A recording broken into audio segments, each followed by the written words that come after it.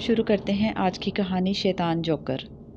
Joker کو دیکھ کر تو تمام ہی لوگ خوش ہوتے ہیں، مگر کچھ جوکر ایسے ہوتے ہیں جنہیں دیکھ کر آپ کے اندر خوف کا احساس پیدا ہوتا ہے، چاہے ایسے جوکر کسی فلم کا کردار ہوں یا حقیقت میں آپ کے سامنے ہوں۔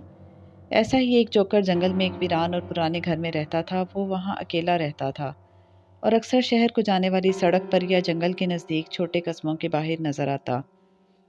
اس کے ہاتھ میں ہمیشہ ایک خون کے رنگ جیسا سرخ غبارہ نظر آتا تھا۔ لوگ سمجھتے کہ اسے یہ غبارہ پسند ہے، اس لیے وہ اسے اپنے ساتھ رکھتا ہے، مگر کسی کو یہ معلوم نہ تھا کہ یہ غبارہ ایک طرح سے موت کا پیغام ہے، جو جسے دیا جاتا ہے اس کی موت واقع ہو جاتی ہے۔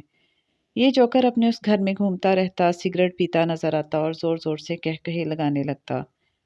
کبھی وہ اپنے گھر کے باہر گاڑی کے پاس بیٹھا نظر آتا، اس وقت بھی سگریٹ اس کے ہاتھ میں ہوتا۔ ایسے میں وہ یقیناً اپنے شکار کا منتظر ہوتا۔ کچھ دن پہلے اس علاقے سے ایک بس کا گزر ہوا تو انہوں نے عجیب منظر دیکھا۔ وہ جوکر اپنی گاڑی پر چڑھا ہوا تھا، اس کے ہاتھ میں ایک ہتھوڑا تھا جس سے وہ گاڑی پر زوردار ضربیں لگا رہا تھا۔ ایسا وہ شاید کافی دیر سے کر رہا تھا، کیونکہ گاڑی کے نہ صرف شیشے ٹوٹ گئے تھے بلکہ پوری کی پوری گاڑی ہی ہتھوڑے لگنے سے برباد ہو گئی تھی۔ پھر وہ سیدھا کھڑا ہو گیا اور جنونی انداز میں کہے لگانے لگا۔ بس میں بیٹھے کچھ لوگ تو اسے ایسا کرتے دیکھ کر خوفزدہ ہو گئے اور کچھ شوق کا اظہار کرنے لگے۔ ظاہر ہے یہ کوئی عام منظر نہ تھا، دلچسپی سے بھرپور سین تھا۔ ارد گرد کے علاقے میں رہنے والے لوگ تو کچھ اس سے خوفزدہ تھے، کیونکہ اس کا حلیہ، ہاتھ میں غبارہ اور کبھی کبھی ہتھوڑا جسے پکڑے وہ لوگوں کے پیچھے بھاگتا تو نہایت خوفناک دکھائی دیتا۔ اس لیے اس کے گھر کی طرف ان میں سے کوئی نہ آتا، سوائے ان لوگوں کے جو اس جوکر سے ناواقف تھے۔ مسز فلوبی جنگلات پر تحقیق کر رہی تھیں اور انہیں اس بارے میں پوری رپورٹ تیار کرنی تھی، اس لیے وہ اس جنگل کے معائنے کے لیے آنا چاہتی تھیں۔ انہوں نے ایک دو کرائے کی گاڑیوں والے سے بات کی کہ اسے اس جنگل میں لے جائیں، مگر انہوں نے کانوں کو ہاتھ لگائے۔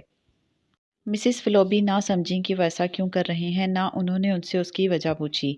وہ ایک بہادر خاتون تھی، انہوں نے اکیلے ہی جنگل میں جانے کی ٹھانی اور پیدل چلتی ہوئی جنگل پہنچ گئیں۔ ارد گرد کا جائزہ لیتے انہیں ایسا لگا جیسے سامنے درختوں کے پیچھے کوئی ہے۔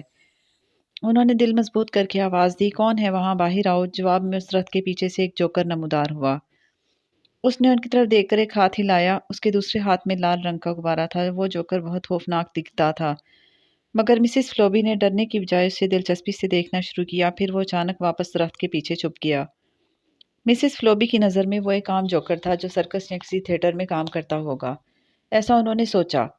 جوکر کے واپس درخت کے پیچھے جانے والی حرکت مسز فلوبی کو کچھ عجیب لگی، مگر وہ اسے نظر انداز کر کے آگے بڑھیں تاکہ اس سے کچھ بات کر سکیں۔ جیسے ہی وہ درخت کے پاس پہنچی، وہ ایک دم سے پھر ان کے سامنے آ گیا اور اس نے اپنا لال غبارہ ان کی طرف پیش کیا۔ ایسا کرتے ہوئے اس کے چہرے پر شیطانی مسکراہٹ تھی۔ مسز فلوبی نے کچھ دیر سوچا اور پھر ہاتھ بڑھا کر غبارہ اس سے پکڑ لیا۔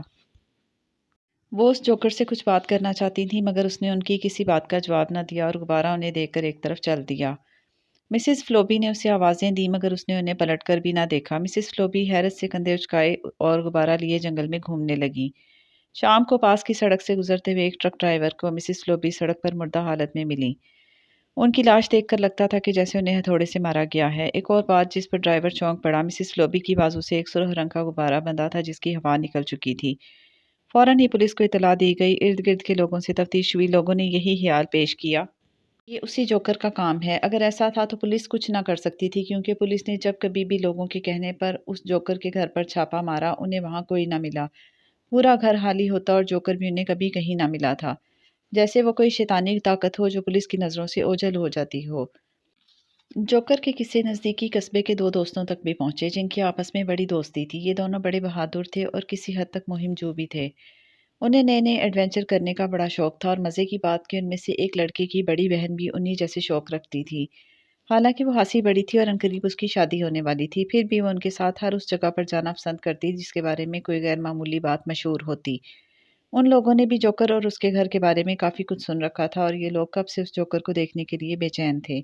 ایک دن تینوں نے پلان بنایا اور اس پر عمل کرتے ہوئے گھر والوں کو کچھ بہانہ بنا کر ایک کرائے کی گاڑی میں بیٹھ کر اس جنگل تک جا پہنچے۔ پہلے تو ڈرائیور مان نہیں رہا تھا، مگر جب انہوں نے اسے ڈبل کرایہ آفر کیا تو وہ مان گیا اور انہیں جنگل میں اتار کر فوراً واپس چلا گیا۔ سامنے ہی انہیں وہ پراسرار گھر نظر آ گیا جس میں جوکر رہتا تھا۔ گھر کے ارد گرد عجیب سی نحوست طاری تھی اور وحشت برس رہی تھی۔ یہ تینوں لوگ احتیاط سے آہستہ آہستہ چلتے ہوئے اس گھر کی طرف بڑھ رہے تھے۔ آج انہیں انجانا سا خوف محسوس ہو رہا تھا۔ وہ بار بار اپنے ارد گرد دیکھنے لگتے جیسے کوئی نظر نہ آنے والی ہستی انہیں اپنی موجودگی کا احساس دلا رہی ہو۔ پھر وہ گھر کے آگے پہنچ گئے۔ گھر خاصا پرانا اور بوسیدہ تھا۔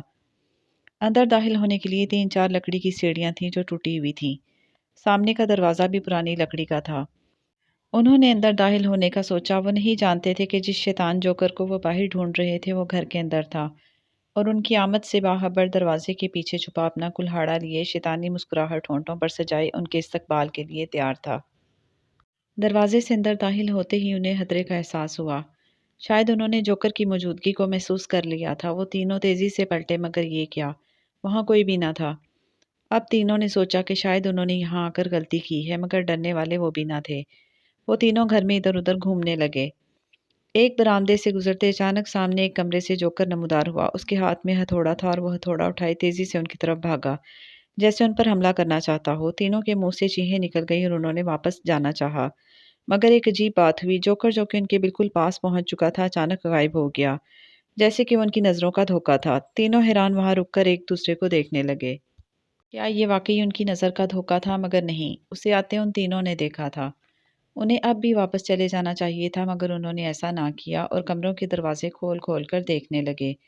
آج وہ اس جوکر کے بارے میں کچھ نہ کچھ پتہ کر کے ہی واپس جانا چاہتے تھے۔ پھر انہوں نے ایک کمرے کا دروازہ کھولا تو سامنے انہیں جوکر ایک کرسی پر بیٹھا نظر آیا۔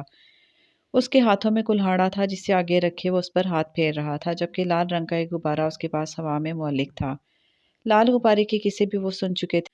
دوسرے ہی لمحے جوکر غبارے اور کلہاڑے سمیت غائب تھا۔ جوکر ان کے ساتھ آنکھ مچولی کھیل رہا تھا۔ وہ تینوں پھر آگے بڑھ گئے، مگر چھوٹا فریڈی خاموشی سے نظر بچا کر واپس ہوا اور اس کمرے میں داخل ہو گیا۔ اندر جا کر اسے نہ جانے کیا سوجی کہ وہ اسی خالی کرسی پر بیٹھ گیا۔ چند لمحے گزرنے پر اسے اپنے پیچھے کسی کی موجودگی کا احساس ہوا۔ فریڈی خاصا بہادر تھا، ذرا نہ گھبرایا۔ جوکر اس کے پیچھے تھا۔ پھر جوکر آگے بڑھا اور اس نے فریڈی کے کندھوں پر ہاتھ رکھ دیے۔ فریڈی کے دل کی دھڑکن تیز ہو گئی، مگر اس نے ایسے ظاہر کیا جیسے اسے کچھ بھی محسوس نہ ہوا ہو۔ چونکنے کی باری اب جوکر کی تھی۔ اسے خاموش دیکھ کر وہ آگے آیا اور اس کے منہ کے بالکل پاس آ کر زور زور سے کہکہے لگانے لگا۔ فریڈی نے آنکھیں بند کر لیں اور اپنا منہ ایک طرف کر لیا۔ وہ تیزی سے سوچ رہا تھا کہ کیا کرے۔ وہ خطرے میں تھا اور بچنا ضروری تھا۔ پھر اس نے جوکر کو زور سے پیچھے دھکیلا اور تیزی سے کمرے سے باہر بھاگ گیا۔ ساتھ ساتھ وہ چلا رہا تھا، بھاگو، نکلو یہاں سے۔ اس کے ساتھیوں نے اس کی آواز سنی تو وہ بھی تیزی سے باہر کو بھاگے۔ بھاگتے ہوئے انہوں نے مڑ کر دیکھا، جوکر ہاتھ میں کلہاڑا لیے مسکراتا ہوا آگے آ رہا تھا۔ فریڈی نے اندازہ لگایا کہ صرف بھاگ کر وہ جان نہیں بچا سکتے۔ اس نے ادھر ادھر نظر دوڑائی۔ پاس ہی مٹی کے تیل کا ایک لیمپ اور ماچس پڑی تھی۔ اس نے جلدی سے لیمپ اٹھائی اور اس کا تیل اپنے اور جوکر کے درمیان زمین پر گرا دیا اور بجلی کی سی تیزی سے ماچس کی تیلی جلا کر تیل پر پھینک دی۔ ایک دم سے آگ بھڑک اٹھی۔ فرش لکڑی کا تھا، آگ تیزی سے پھیل گئی۔ یہ تینوں بھی تیزی سے دروازے سے باہر نکلے اور باہر سے کنڈی لگا دی۔ وہ شیطانی وجود باہر آ سکتا تھا، مگر اب یہ جانتے تھے کہ انہیں اور کیا کرنا ہے۔ انہوں نے اپنے گلوں میں پہنے سلیب والے لاکٹ ہاتھوں میں پکڑے اور ان کا رخ گھر کی طرف کر دیا۔ انہیں جوکر نظر آیا جو آگ میں جل رہا تھا، مگر سلیبوں کی وجہ سے باہر نہ آ پا رہا تھا۔ پھر دیکھتے ہی دیکھتے پورا گھر آگ کی لپیٹ میں آ گیا۔ یہ لوگ اپنی سطح پر خوش گھر واپس ہوئے۔ اس دن کے بعد سے کبھی کسی کو جوکر دکھائی نہ دیا۔ اس کا گھر بھی پورا جل چکا تھا، مگر کوئی نہ جانتا تھا کہ یہ کارنامہ ان تینوں کا ہے۔ اور بچوں، اس کے ساتھ ہی ہماری آج کی یہ کہانی ختم ہوئی۔ امید ہے کہ آپ کو پسند آئی ہوگی۔ آپ جلدی سے ہماری اس ویڈیو کو لائک اور شیئر کر دیں اور ہمارے چینل کو بھی ساتھ ہی ساتھ سبسکرائب کر دیں۔ اللہ حافظ۔